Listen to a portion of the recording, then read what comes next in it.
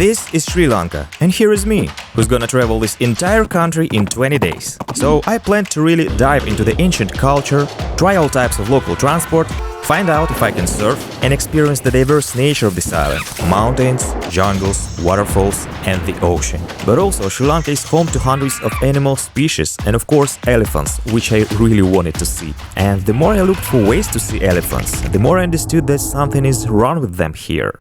And I did not expect that it would lead me to my most exciting adventure and turn into the most expensive and complicated video I've ever made. But first, Sri Lanka is not some tiny island country, and it's not a part of India.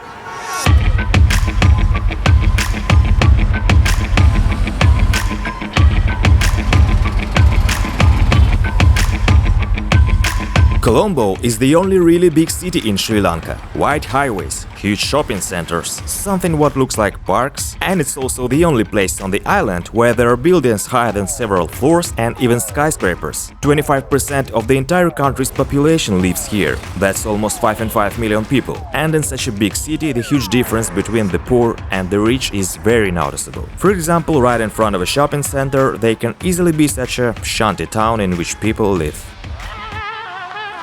Since tourists come to Sri Lanka mainly for the beaches, they say that Colombo is just a waste of time. But you know, I hung around here for almost 10 days waiting for a drone permission and easily found something to do. But first, a tiny historical reference. In 1505, the first Portuguese, Lawrence de Almeida, sailed to the shores of Ceylon. He did not leave any picture, so here's a random dude generated by AI. From that time began the long story of colonization of Sri Lanka. The Portuguese presence lasted for about 150 years, then the Dutch knocked out the Portuguese, and later the British knocked out the Dutch. Almost 450 years have passed. Colonization left a very deep mark on the life of the island, the local people, and of course on the architecture. The historic center of Colombo is just full of British colonial buildings. And if you're well acquainted with European architecture, it's quite possible that the wow effect will not happen to you. But surrounded by local color, it all looks very unusual.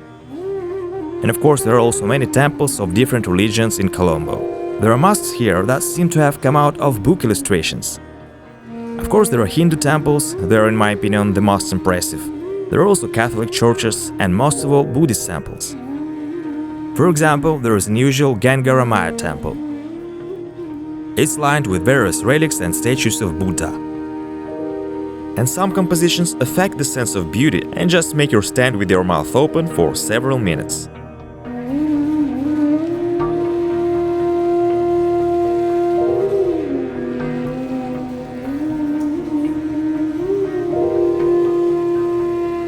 So after this quick tour of Colombo, I waited for the drone permission, saw the first tropical downpour, rented a typical Sri Lankan car and finally jumped behind the wheel.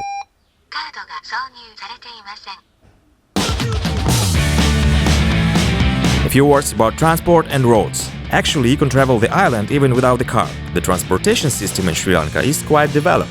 First of all, there are crazy buses, which are extremely cheap and ubiquitous transport. They shine with all colors, are filled with huge speakers, and usually have even a temple on board. What is very appropriate considering the driving style of locals. So, my car was also properly prepared. There are also trains. Here it's a very romantic and picturesque option to explore the island, but I'll tell about them later. And of course, a Tuk-Tuk. It's a quite typical road user in Asia, but the deep nature of their drivers is a completely unique thing. Just look at the models on their iron and wreck horses.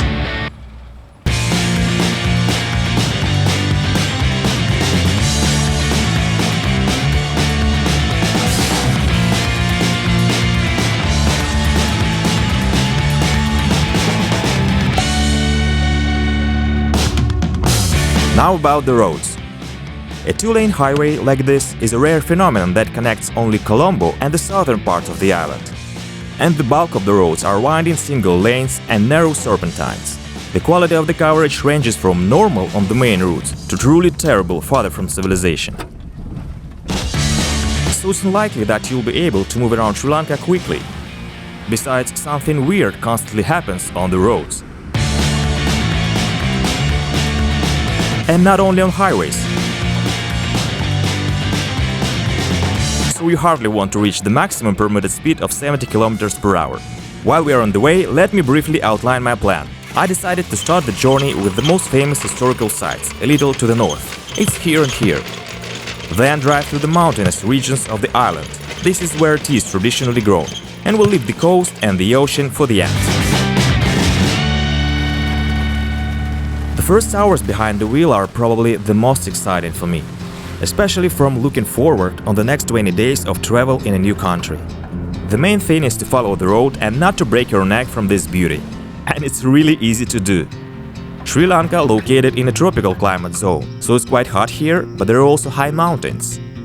As a result, altitude differences, different climatic zones, high humidity and a lot of vegetation. Among all Asian countries, Sri Lanka has the greatest diversity of species per square meter. Many hotels and establishments remind of botanical gardens. And some villages are located right in the jungle. And where plants are good, animals are good too. To count only those who I saw without visiting the reserves, there would be not enough fingers and toes. By the way, about the applicants for your fingers and toes: scorpions, spiders, scolopendras, ants, flying cockroaches, leeches, lizards and snakes, contagious mosquitoes and urchins in sea. You are very welcome to the expanses of Sri.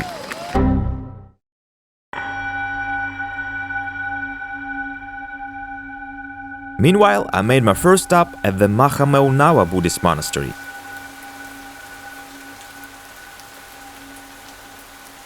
This place doesn't have any historical value, the monastery is modern, but for an hour you can immerse yourself in a peaceful atmosphere and you can see how monks are living here.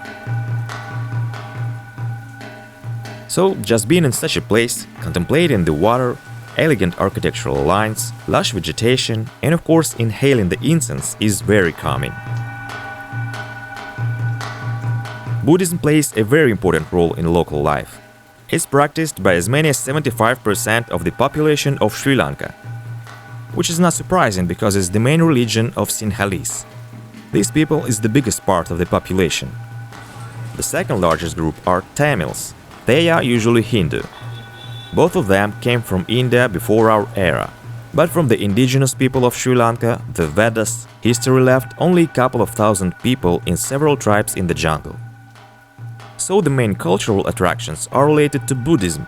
One of these places is the ancient city of Polonnaruwa, the capital of Sinhalese kingdom of the same name. Imagine it was forgotten for centuries and rediscovered by colonizers only 120 years ago. In addition to numerous foundations, many impressive buildings of 12th century have been preserved here. Huge stupas, towers, temples, statues, ornaments and bas-reliefs. It'll take at least half a day to see everything well. Therefore, it's allowed to enter the territory in cars, tuk-tuks and, who'd have thought, on crazy buses. But most local residents do not need a ticket at all. Meet the Hanuman langur. These almost silver monkeys live in the local jungle and look like graceful aristocrats against the background of shameless macaques. Frankly speaking, watching them is no less interesting than looking at all kinds of antiquities.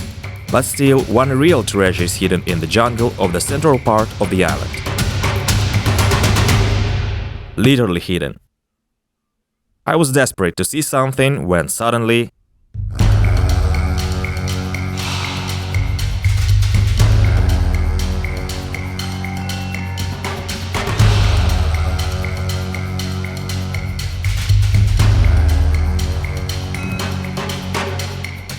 the rock appeared to me only for a few minutes, but that was enough to take some shots. I was just desperate to see something, but finally it was brilliant.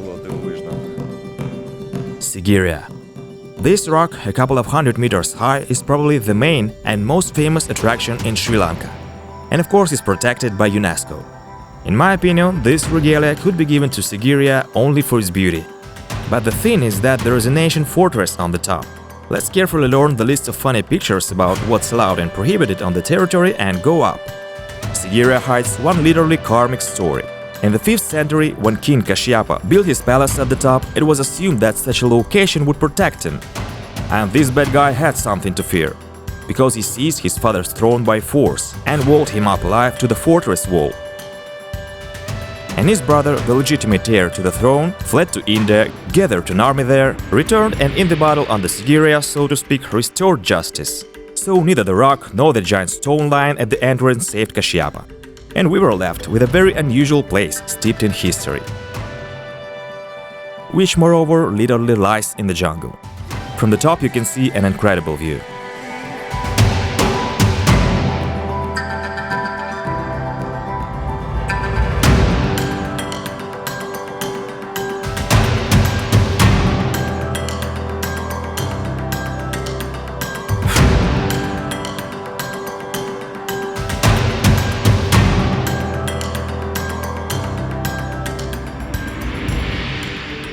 And among these jungles of Sigiriya, I finally saw elephants for the first time. And no, at first I saw completely different elephants. By 31st of October 2022, 320 elephants have died in Sri Lanka, just for till 10 months. But how could that happen? Actually, it's not difficult to see an elephant in Sri Lanka, even just in the middle of the city. For the most part, they serve in temples or are forced to entertain tourists and fill their social media with content. And this is the only tip of the iceberg. Here in Sri Lanka, I met a woman who has been fighting for the rights of elephants for 7 years. Here she leads a team of volunteers called Rare Sri Lanka. Meet Panchali. People will tell you, come and take selfies with the elephant. Please remember, just for you to stand there to take that selfie, the elephant is kept in chains, right? Maybe they might not show you the chains at that moment, but the elephant is definitely kept in chains most of the day. So this is very painful for the elephant. Elephants' backs are not made to carry human or any weight. You think, oh, elephant is so big, our weight is not going to know. It hurts the elephant. And you don't need to help anybody, help any captive elephant to bathe. If you just, the elephant can bathe himself very easily. So if somebody says, come and volunteer, we need people to come and bathe the elephant, no, they're just after your money. And if you're suddenly convinced that elephants are not at all against entertaining you, then pay attention to this. It's called ankus. This is what the only reason why elephants ride tourists looks like. The drivers always carry it with them and know well how to make the elephant do anything with the help of pain. There are also institutions that cover themselves with the words shelter or farm. So attempts to somehow hide the enslavement of elephants are very inventive. The most popular of such places in Sri Lanka is Pinawala. Just look at how many positive reviews this place has on Google and how many videos on YouTube. If you go in the morning till about 3 o'clock, you will not see the reality of Pinawala Elephant Orphanage. But if you go after 4 o'clock, you can see all these elephants tied up in their sheds in concrete. That is their normal life. So just to deceive you, they will be taken to the river, and there are only about 20-25 elephants are taken, but about 50 others are chained up inside. Pinawala Elephant Orphanage gifts baby elephants that are born there to zoos around the country, to zoos around the world. Then they give elephants to the army, and then they give elephants to temples. For me, Pinawala Elephant Orphanage is nothing but an elephant slave market, where elephants are given to the most powerful or to the highest bidder. There are 32 elephants in foreign zoos. There are in China, in Iran, all given from Pinawala. Make sure that you don't visit elephants in captivity. Remember the names. The Hivala Zoo, no. Pinawala Elephant Orphanage, no. And temple elephants, no. The best places to see ethically and without any cruelty to elephants in Sri Lanka are the national parks in Sri Lanka. So I followed Panchali's advice and went to Kaudulla Sanctuary. But you can choose any other. There are enough of them in Sri Lanka. And very soon I saw the first elephants, free and majestic.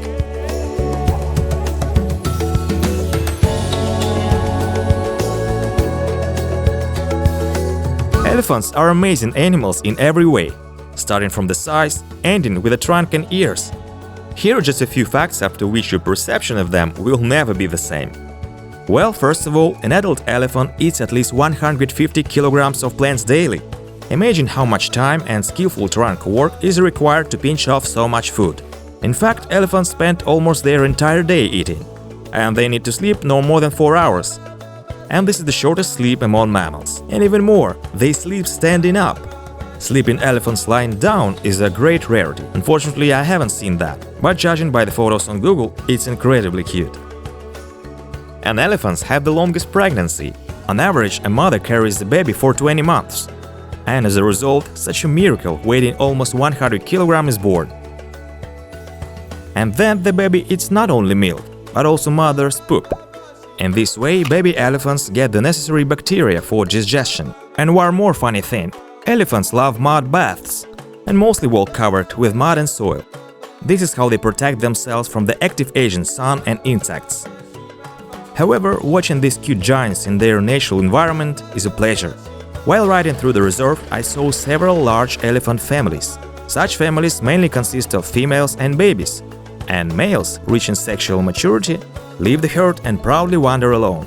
In short, such a matriarchal community. The ideal situation would be for me to live in the city and for elephants to live in the forest in their habitat peacefully without any human interfering. I would not even feel like I want to go and see elephants, not want to go and see elephants if they were peacefully living in the wild. We need to understand that elephants are children of Mother Nature, just like we are children of Mother Nature as well. We have one mother, and that is the planet Earth.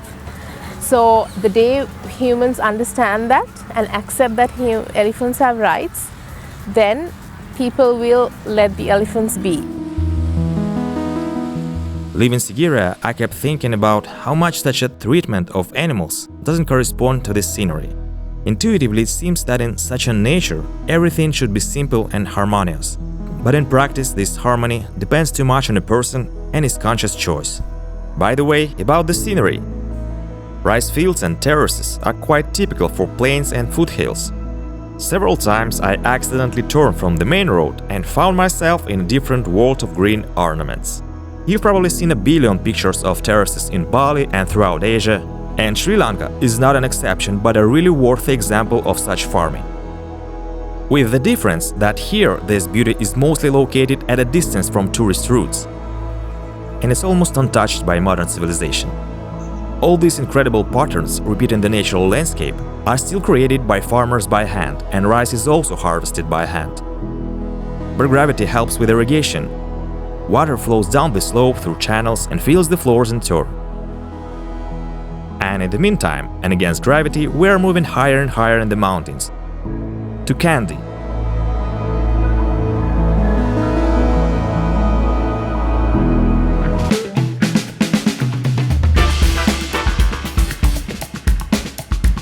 By local standards, this rather large city is famous for the temple of the Buddha's tooth, which houses surprise the Buddha's tooth. And in order to touch the shrine, a huge line gathers at the entrance every day. This is despite the fact that you literally cannot touch the tooth. You can't even see it, because it seems to be lying in a box, which is lying in a box, which is lying in a box. And like that several times, the tooth seems to be there, but you can check it. A kind of Schrödinger's tooth or Buddha Schrödinger's. So I did not really understand such a concept and decided not to visit the temple at all. In Kandy there is the largest botanical garden on the island, which I also didn't go to for some reason, and a couple of other locations where I didn't get to, so I suggest to move to the place where I've been. In contrast to the country scenery, Kandy seems to me too noisy and chaotic, but still there is one quiet place in Kandy. Even too quiet.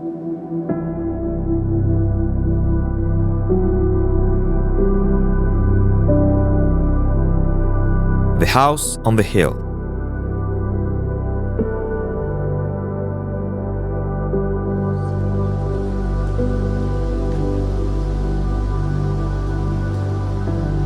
It's decorated with many frescoes, photographs, newspaper clippings, antique furniture, horns, skeletons.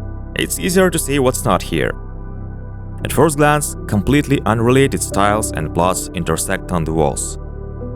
For example, characters from Alice in Wonderland call to you at the entrance, and inside various deities, Sri Lankan politicians, and the victim of high-profile disappearance of Morgan Dana Harrington can easily meet on the same wall.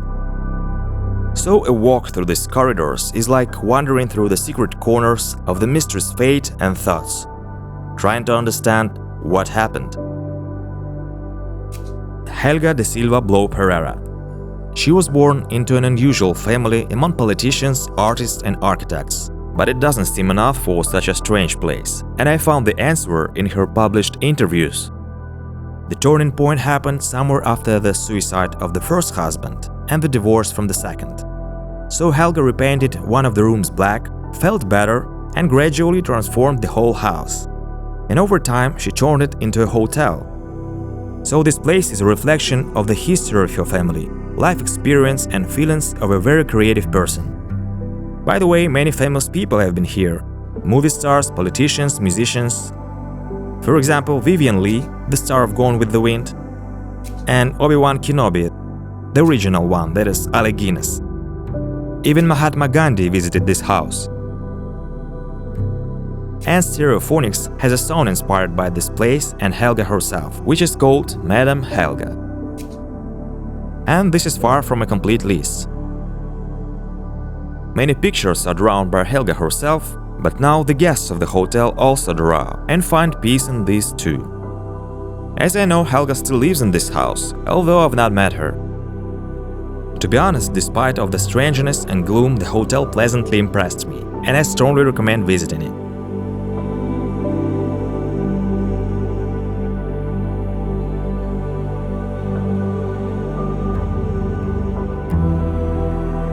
The last morning in Kandy prepared an unpleasant surprise.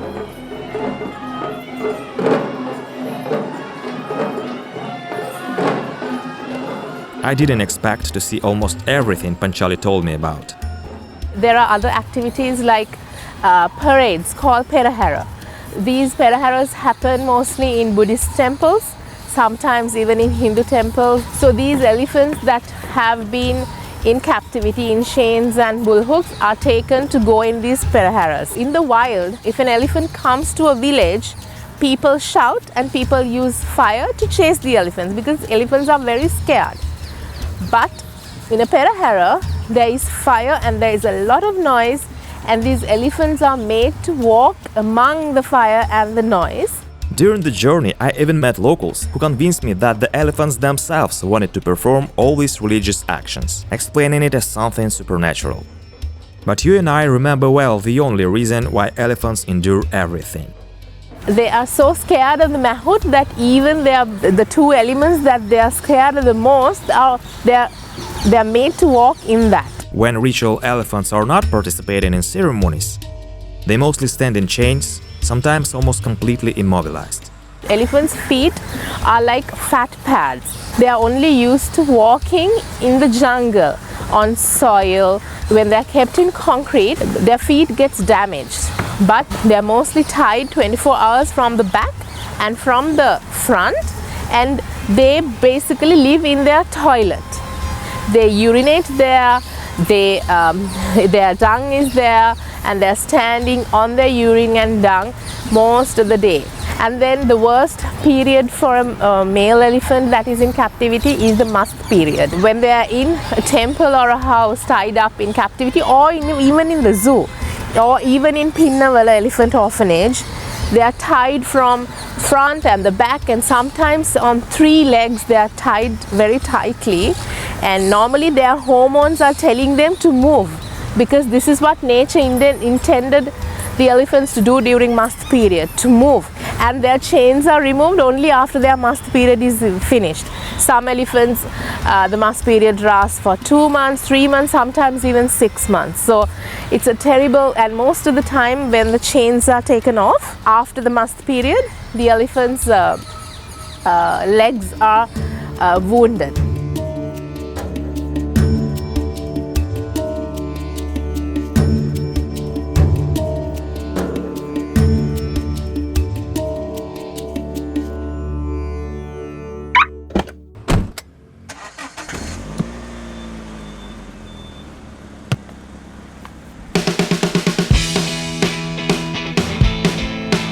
With that, I said goodbye to Kandy, and riding higher in the mountains, the next few days I tried to reach one very remote village.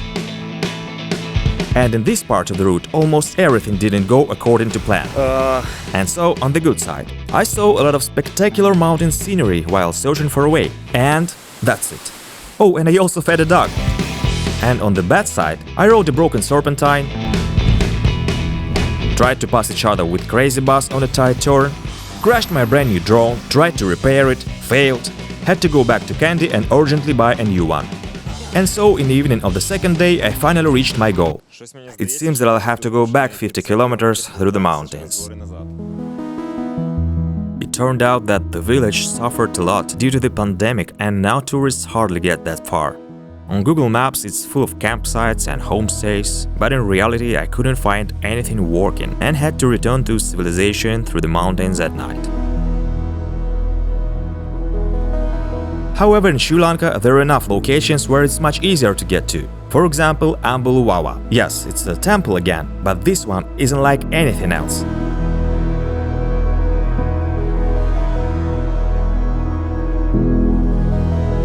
Ambuluwawa is a religious complex of the main four religions of Sri Lanka: Buddhism, Hinduism, Christianity and Islam.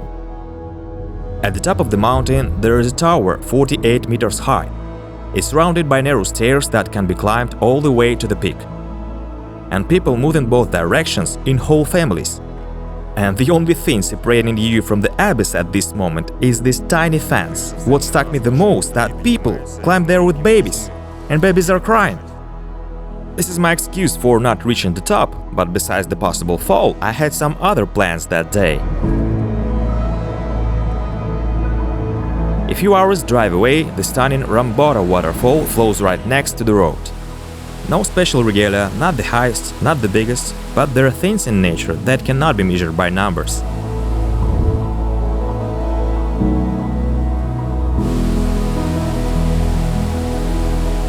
And by the way, Ramboda is two large waterfalls, the lower and the upper.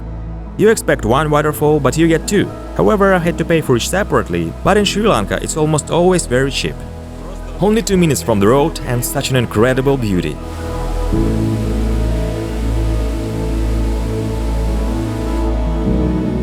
The river that forms all these waterfalls descends into an unreal picturesque valley.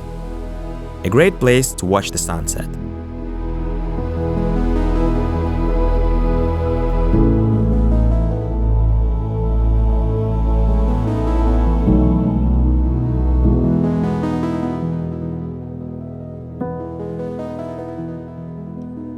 I found the perfect meme to somehow describe my few next sleepovers.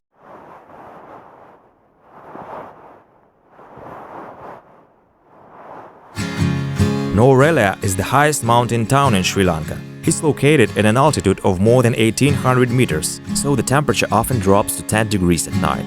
And as usual, in warm countries, no one has heard of heating, and the climate is completely different here. Took a long time to know what I wanted, and now I do, and I will wait on you.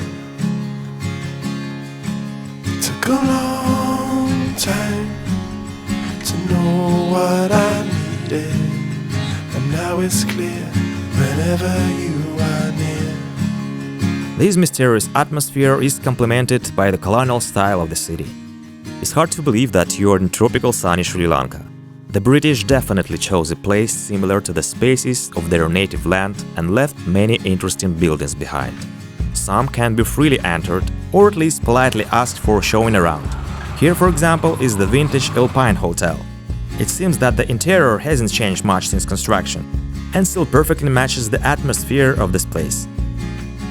There is also a luxurious Grand Hotel, but what really stands out is the 19th century post office building. It's well cared for and still used for its intended purpose. All kinds of postal contraptions of that time have been preserved inside. And the Tuk-Tuk at the entrance is modest and plain in the British way. There's even a small cottage district in the city in which the architects have carefully recreated the colonial style. Of course, I'm not an expert on architecture, but in my opinion it's pretty difficult to suspect a new building. So for a second, Nuwara can easily transport you back in time to colonial Britain. But only for a second. Unfortunately, Sri Lanka is still a poor country, and most of the people here as well. During the 75 years of independence, a lot of misfortune has befallen this country. First, a protracted war within the country. It lasted for 26 years with breaks. Then, in 2004, that tsunami.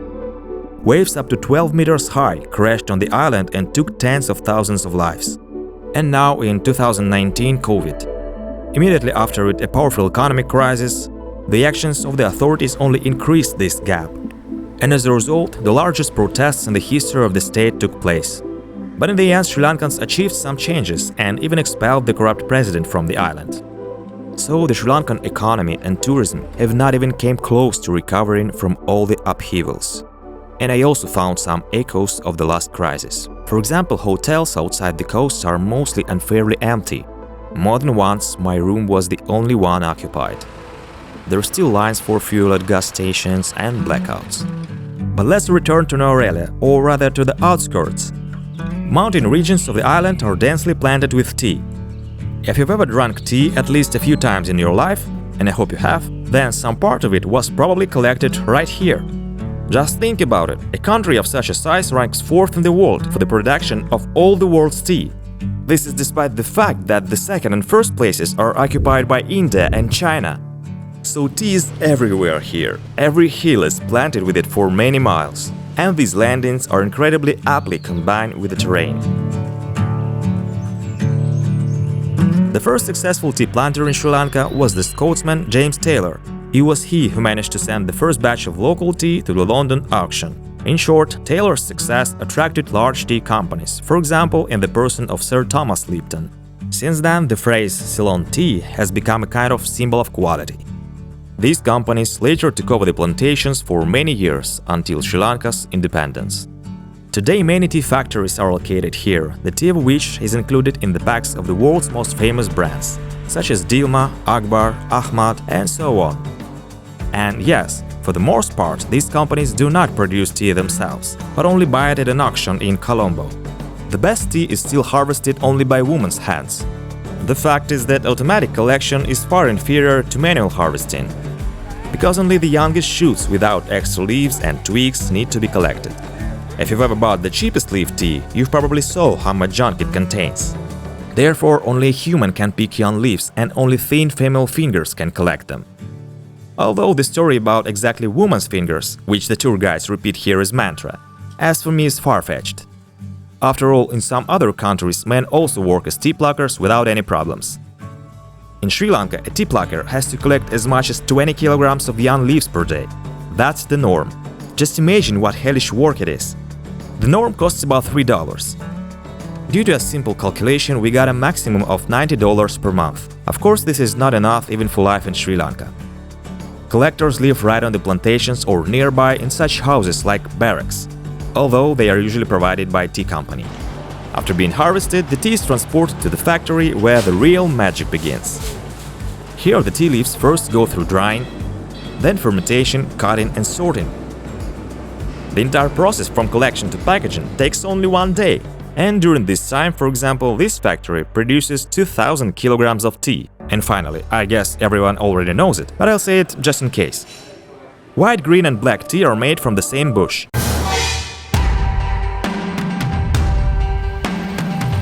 At this point, we'll leave the outskirts of Nuwara and head out to see one of the most beautiful mountain areas in Sri Lanka. After all, the main wealth of the island is its unreal nature.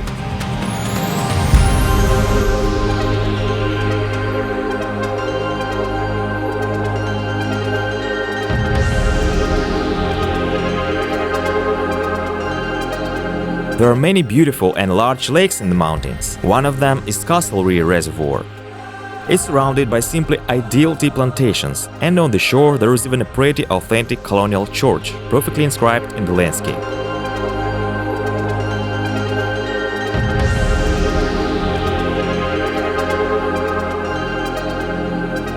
I even returned to this place twice, because as for me the tea plantations around this lake are the most beautiful among all that I saw on the island.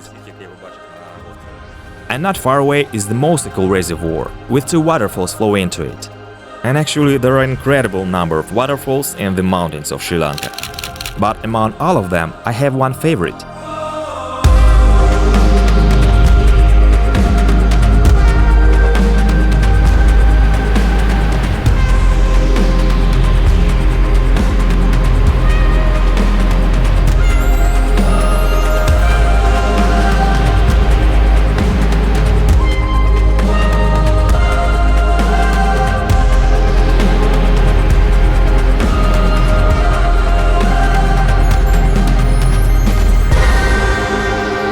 Laxapana Falls is 126 meters high.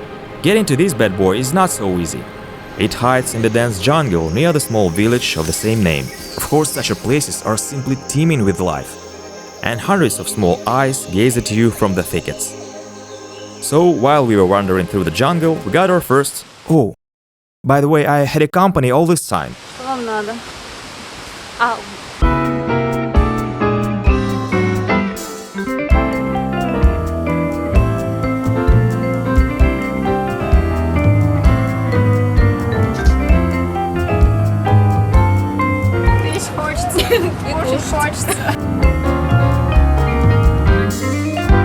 Should I now pretend I'm walking alone?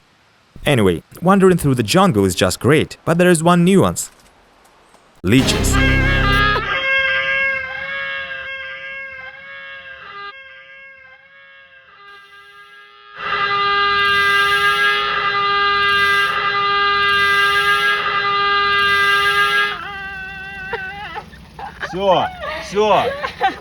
So the girls made anti-leech armor.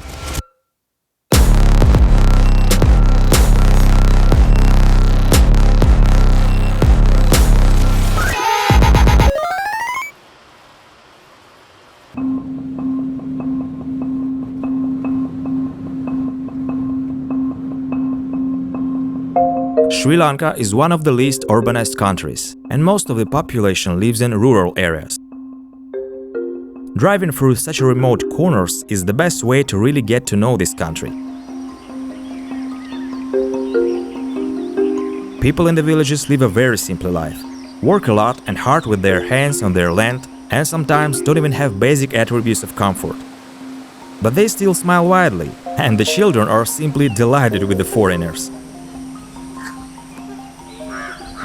So to see such an undisguised reality outside the popular routes is like a revelation. In this way we reached the most important mountain shrine, Adam's Peak. On its top a huge human footprint is carved into the rock. Buddhists consider it the footprint of Buddha, Hindus the footprint of Shiva, Muslims the footprint of Adam, Christians St. Thomas, and atheists consider the peak a wonderful place to meet the sunrise. But there are a couple of nuances, as always.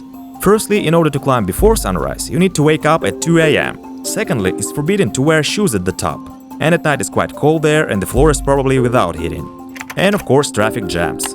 Due to the mountain's incredible popularity, traffic jams regularly occur on the narrow steps, and sometimes pilgrims have to meet the sun and pray somewhere in the middle of the road. But still, any trip to Sri Lanka cannot be complete without this peak. And this is the perfect place for my main takeaway of this trip.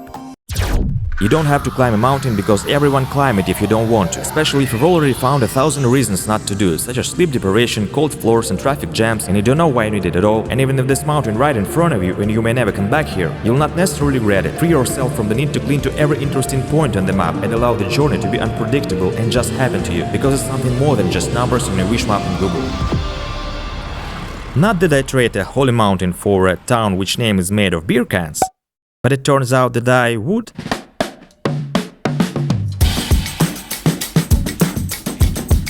Ella is probably the most party town in Sri Lanka, at least in the mountains. It's full of cozy and entourage establishments for every taste. Some cafes are very tempting to take your time and relax. But due to the incredible nature around, Ella is a good starting point for easy hikes in the mountains. All bustle here revolves around literally one central street. And here is the question: why build a bunch of cafes and hotels in a mountain village in the middle of the jungle? Can't you eat your tofu scramble and chia pudding somewhere by the ocean? And in order to answer this question, we'll have to buy a ticket for the train.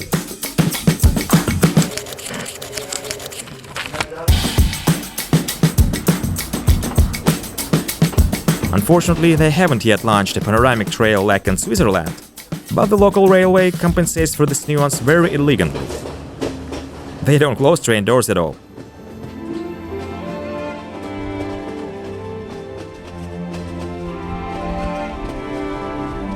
One of the most scenic railways in the world passes through Ella station. It goes from nearby town of Badula through all the mountains and all the way to Colombo. The route includes many picturesque locations. The train goes through the clouds, past mountains, forests, waterfalls and plantations. But there is an absolute superstar along the way. If suddenly Joanne Rowling decided that Hogwarts should be located not in Britain but in Sri Lanka, then I know exactly where the Hogwarts Express would run.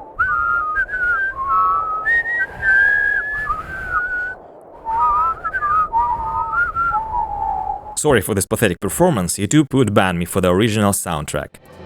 The Iron Arch Bridge was built during the period of British colonization, but it should be noted that the architects and builders were local.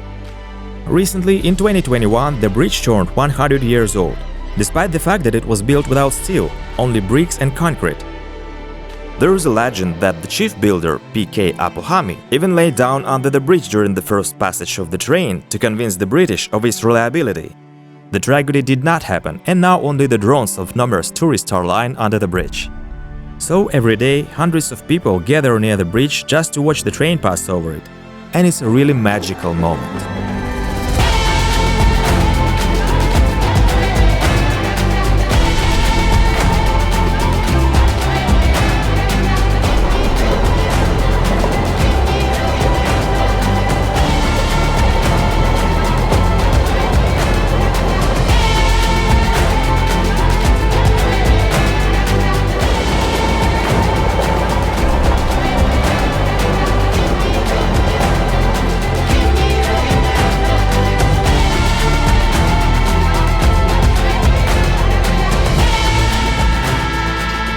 Maybe it's because of my love for railways, but for me this route is simply a must-see. The views are incredible. Frankly speaking, this trip is perhaps the best that can be done in Sri Lanka, and I highly recommend doing at least part of the route. Another magical town through which the train passes is Haputale, and here are two interesting observations about it. First, probably every third establishment here has the word mist in its name. And secondly, in Haputale, you can see one rare natural phenomenon.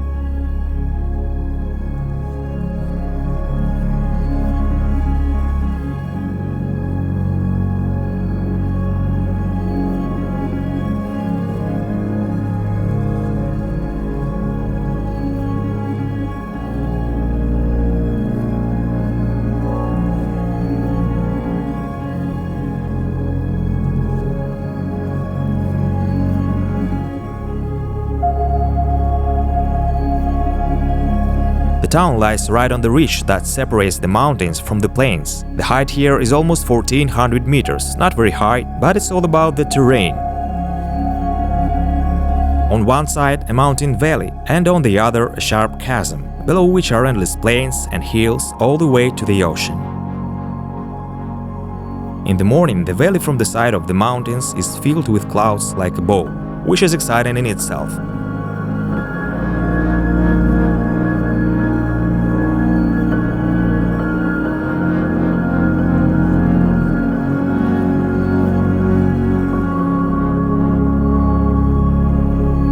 But at some point the bowl overflows, and the clouds spill over the pass.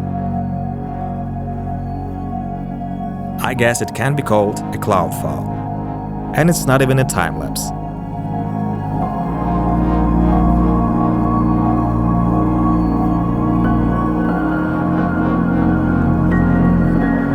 Today I woke up at 5 in the morning to visit Horton Plains, the most famous national park in Sri Lanka.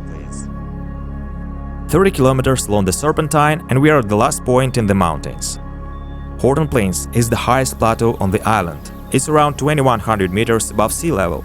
Here is very high humidity, frequent rains, and as a result the vegetation is noticeably different.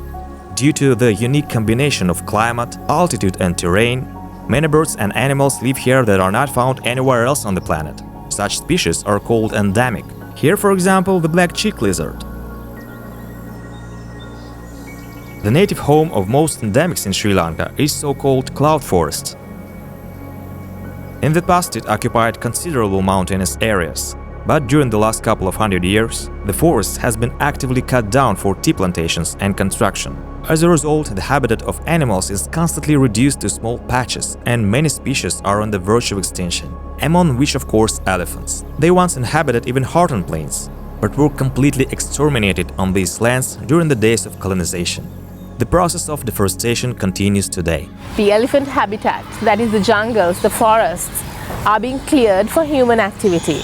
Humans are invading the homes of animals. Wild elephants are killed mainly by shooting, and hakkapatas, which are jaw bombs or bombs hidden in fruit. There are train collisions, accidents with trains, accidents with vehicles, and electrocution from illegal electric fences. So obviously the elephant is losing this conflict. Elephant is dying. So every year more than 365 elephants died almost, and not only elephants, humans are dying as well. About 100 humans die as well.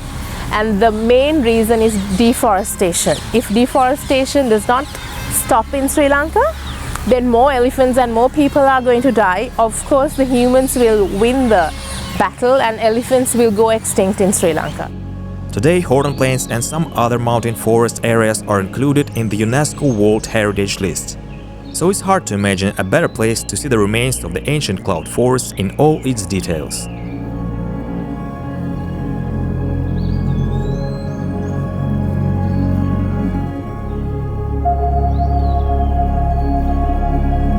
In addition to the forest, there are a couple of wonderful viewpoints called World's End, from where I enjoyed a breathtaking view of the fog. And there are also a lot of people who want to catch someone as endemic as possible, and at some point I was also lucky. In front of you is a purple-faced langur, or bear monkey. This is a very shy and secretive inhabitant of cloud forests, and it's not so easy to see him among the same hairy branches as himself. Over the last 40 years of observation, these langurs have almost lost their range of existence, and now only small populations are found fragmented by civilization and infrastructure. And because of this fragmentation, half of these populations are considered unsustainable. Number one thing is deforestation has to stop. Without deforestation happening, you can't conserve any wild animal, right? Because that is their home. And even humans can't survive at the rate we are going. If all the green cover in our country is gone, even we will not be able to survive. So for the good of human beings, ourselves, and for the good of wildlife, we have to stop deforestation. Our focus is to make people understand that animals also have equal rights to earth. An elephant or even a monkey has the same amount of rights to live on earth as a human being has. Panchali and her team are fighting for the elephants in the courts and the media. I was very impressed that she literally knows her clients and many elephants in captivity by name and treats the animals as equals. Below the video I left a link to Rare Sri Lanka's Instagram and website. I'm not fighting for animal rights for pleasure. No, it's not my hobby. I'm doing this because it has to be done. It's my duty. People have to stand up against injustice. That is why I'm doing this.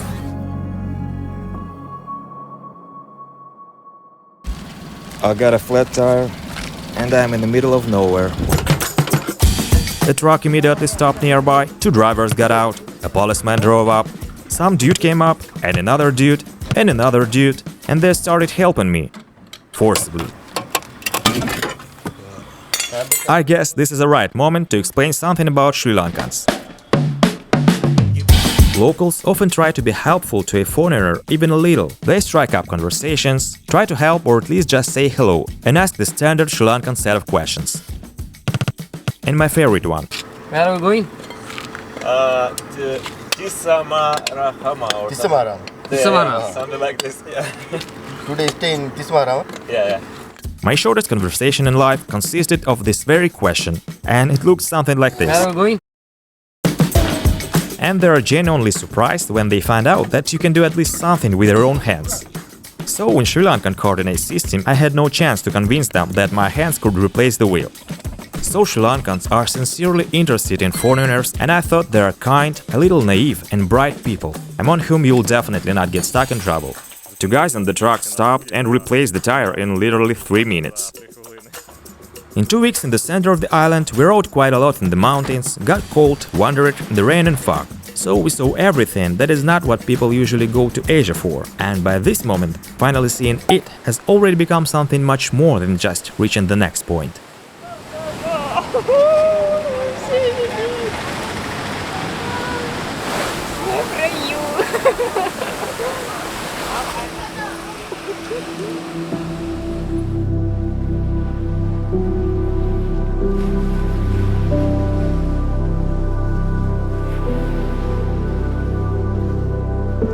it's difficult to convey all the variety of emotions from meeting the ocean. In my opinion, all this romantic flair around it, sun in mass culture, music, cinema, belongs to the ocean quite deservedly. When you hand on the waves, the beauty of nature seems to penetrate inside of you. For a moment it cleanses you of all worries and pain, and in such moment you just want to dissolve in it. In short, the ocean is like a psychologist, but free, and since Sri Lanka is an island, you can count on free psychological help almost anywhere.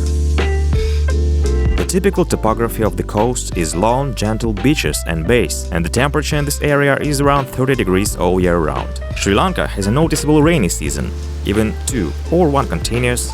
The sun shines on the western part of the island from October to April, while tropical rains rage on the eastern part, and the opposite is true from May to September, and I decided to explore the more popular western part. Life near the ocean is markedly different. It has a lot to do with tourism, surfing and fishing. And all the infrastructure, towns and the most interesting places are glued to one road. It often goes close to the ocean and opens up simply stunning landscapes.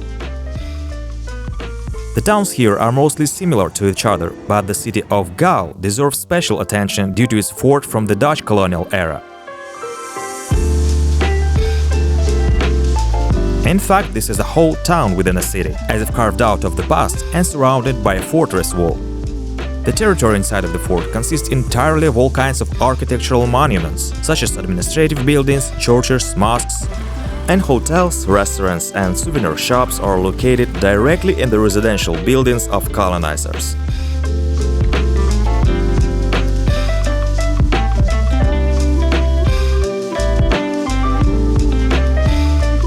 And it must be said that the streets are very atmospheric, even in spite of some devastation typical of Sri Lanka.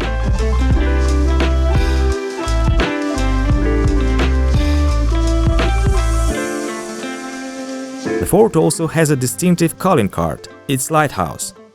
But to be honest, the most picturesque lighthouse in Sri Lanka, located 50 kilometers away.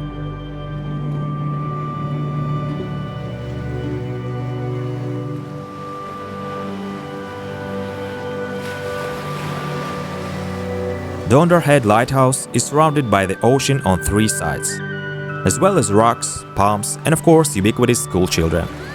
They are often driven to all kinds of beautiful places here. But the lighthouse was built of course not by artists for beautiful pictures, but by rationalists. This is the southernmost point of the island, and beyond is only the endless Indian Ocean.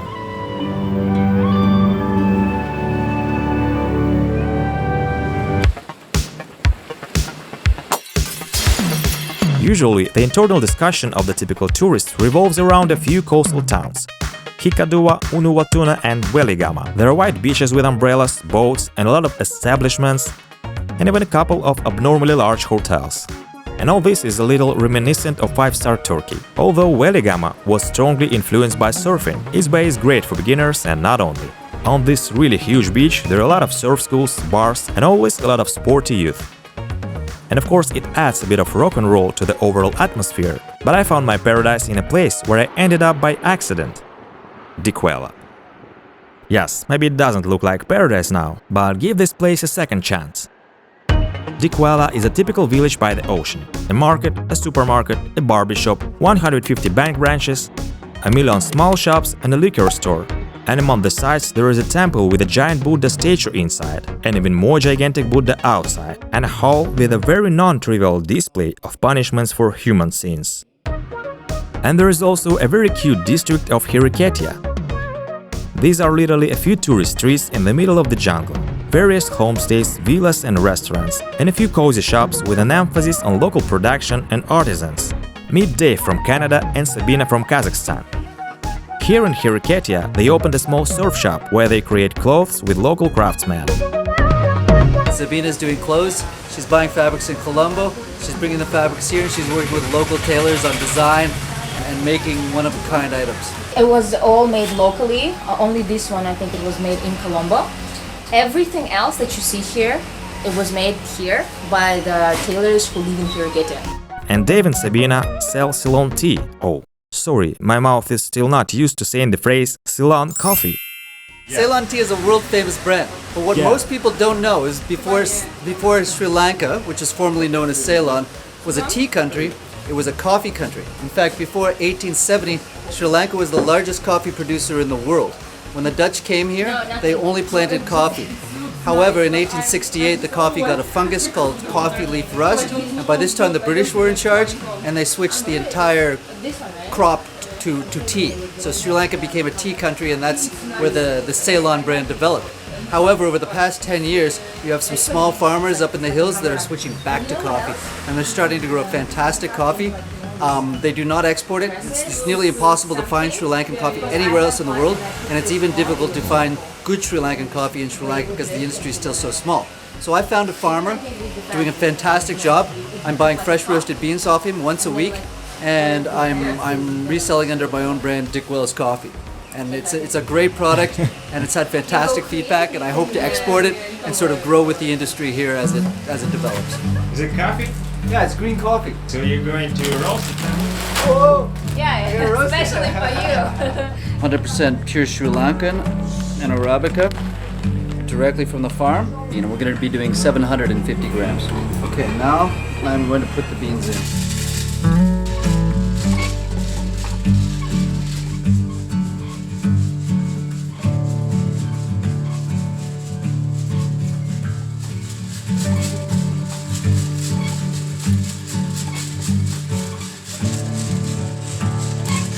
Okay, I'm almost done. Yeah! Nice medium roast. Right on. Nice, beautiful, medium dark roast. And there is a stereotype about Sri Lankan cuisine that is kind of too simple. There is some truth in this. After all, sometimes it's really hard to find anything other than hellishly spicy rice. But in Hiriketiya, I came across a woman who completely destroys this myth. Meet Rosie. She has a small homestay and organizes culinary evenings here. I won't even try to list all the types of curries and sweets that I saw on the table. I'll only say that the food was incredibly tasty and gave me a lot of unexpected new sensations. And also, both times that I visited for dinner, the dishes were not repeated. So after this, it's unfair to talk about that Sri Lankan cuisine is monotonous. It should be noted that it's not easy for a woman to start her own business in Sri Lanka. Due to the fact that the society is very conservative, a businesswoman is not something common here. But Rosie opened her place against all odds where there was no any hotel around. But personally, I was even more impressed by Rosie's hospitality.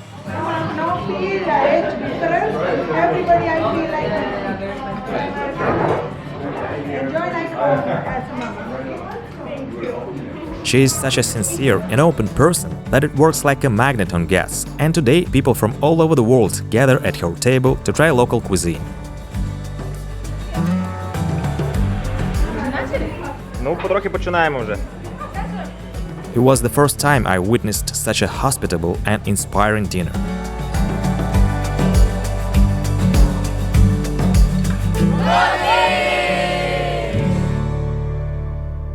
But what about the ocean in this paradise?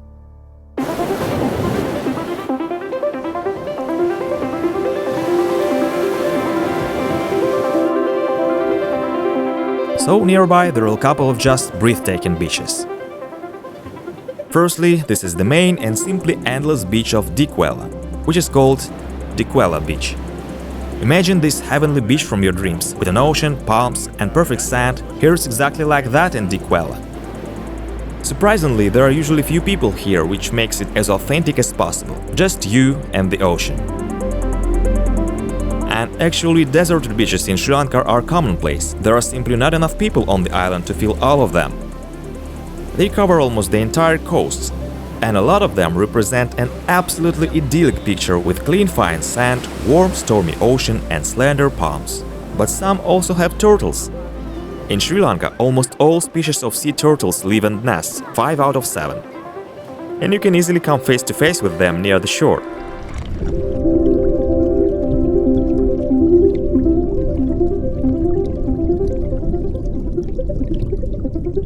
Unfortunately, all sea turtles are endangered, And by the way, in the previous video I told the extraordinary story of a woman who dedicated her life to their protection in Turkey. One of the species nests there, Kareta. In Sri Lanka they are also trying to restore turtle populations, but in a different way. In short, in Turkey egg clutches are protected, but here they are dug up, turtles are born in hatcheries, and only then released into the ocean. I don't know how effective it is, but the sight is very cute, and usually accompanied by a crowd of spectators. There is also an unusual tiny blue beach on the outskirts.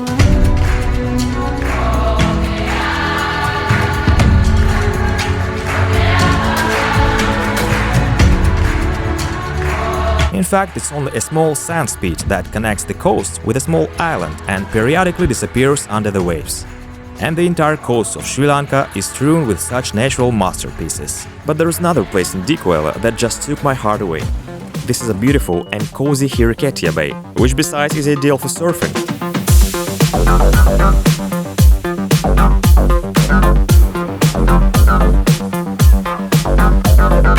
It's believed that the first surfer in Sri Lanka was American champion Rusty Miller. He is an iconic surfer who opened a lot of locations to the world. So he came to the island in 1964, which is a bit late for such a cool place. For example, in Bali, surfing started back in the 40s. After Rusty's arrival, there were other foreigners who inspired locals little by little. And of course, Australians brought their boards and experience to the island. And today, the third generation of local surfers is riding in Sri Lanka and shows something incredible.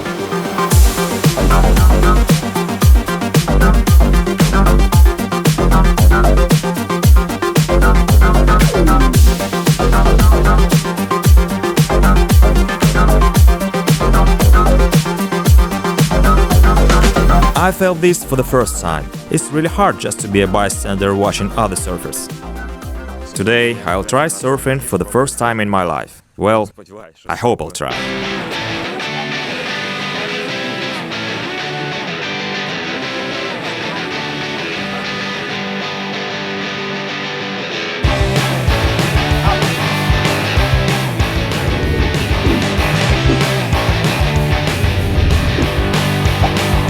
At first it worked for me like this.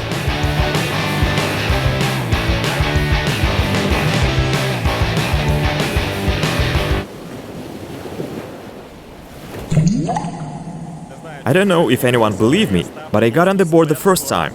I didn't succeed the second time, didn't succeed the third time, but around the fifth time I got on the board again.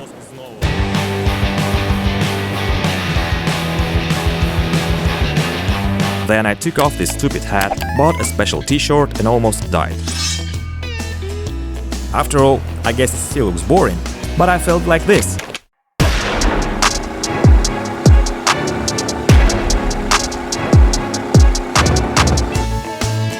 So for me, surfing turned out to be a godsend and a real cocktail of emotions. First of all, despair when you fight the ocean for the entire ride. Anger when someone suddenly appears in front of you. And finally, a nasty feeling of guilt when you ram other beginners because of your stupidity.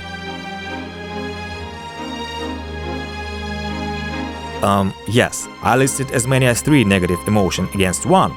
But actually they pale in comparison to the moment when you finally slide on the wave.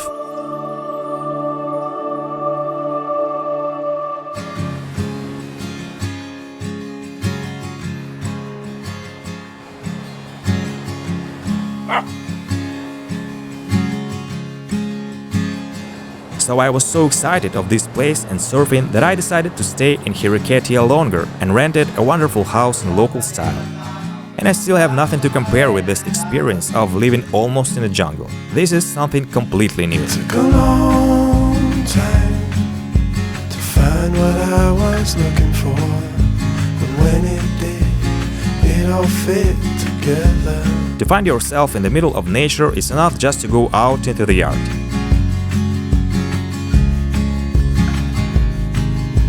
Monkeys, monitor lizards, peacocks, chipmunks, snakes, all kinds of birds. Well, I think cats and dogs cannot be mentioned. In short, you feel like a Disney princess surrounded by birds. Except the peacocks don't put a dress on me in the morning and don't help clean up their shit. Actually, I wouldn't like to end this video with this word, so I'll add a couple of thoughts. In my opinion, Sri Lanka is simply an incredible country that allows feeling the real taste of adventure. It's compact, but at the same time very diverse and full of various sights. And because there are not so many tourists here, you can feel alone with all its beauty. For me, it's an important factor. So it's a bit sad to live here. And the most important thing, unfortunately, the war in Ukraine is still going on. My homeland is forced to defend its freedom from Russian aggression. So please support Ukraine, stand with Ukraine. Take care. Everything changes every which way. You got to hold on to what you need. And if I hide myself away, how could I go with the world I'm here to know me? Stay here till the sun